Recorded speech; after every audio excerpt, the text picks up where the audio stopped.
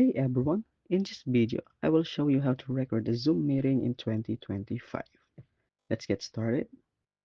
If you're the host, you can record right away by click the new meeting. Step 2, in Zoom meeting, click the record button on the toolbar.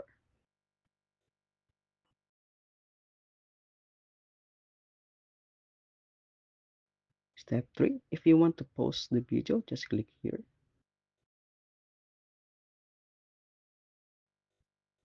And if you want to play again, just click again here.